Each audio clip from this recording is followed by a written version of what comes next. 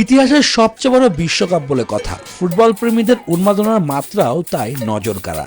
সারা বিশ্বের বিভিন্ন প্রান্ত থেকে ফুটবল প্রেমীরা ছুটে আসছেন আয়োজক তিন দেশ মেক্সিকো, কানাডা এবং যুক্তরাষ্ট্রে।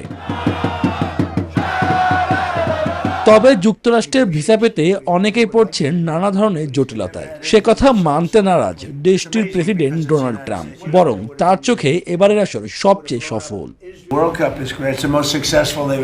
এ যাবৎকালের সবচেয়ে সফল বিশ্বকাপ হচ্ছে। ফিফা আগে কখনো এতটা টিকিট বিক্রি করেনি। দ্রুতই সব ম্যাচের টিকিট বিক্রি হয়ে যাচ্ছে। আমি ইনফান্তিনোর সাথে কথা বলেছি, তিনি অসাধারণ। আমাকে জানিয়েছেন যা ঘটেছে তার কাছাকাছিও আগে কখনোই কিছু হয়নি। They'd see anything like that. The World Cup.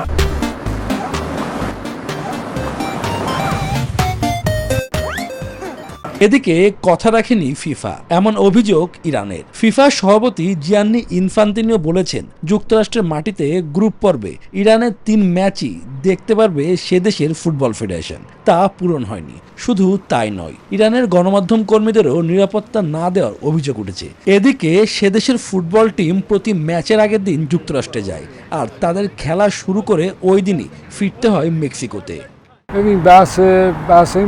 হ্যাঁ, আমরা নিজেরাই গণমাধ্যমকে যেমনটা জানিয়েছি এটা সত্য। যাই হোক, দেখুন, সম্প্রতি নানা বিতর্ক হয়েছে। আমরা আশা করি ইনফান্তিনো ইরান জাতীয় দলের কাছে তার কথা ও প্রতিজ্ঞাগুলো সত্যি বাস্তবায়ন করবেন।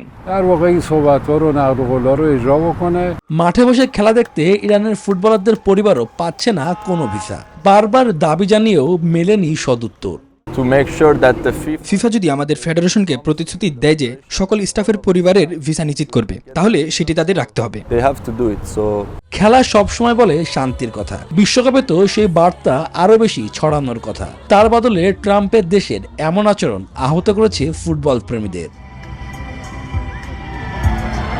শুভদেবনাথ, নিউজ 24।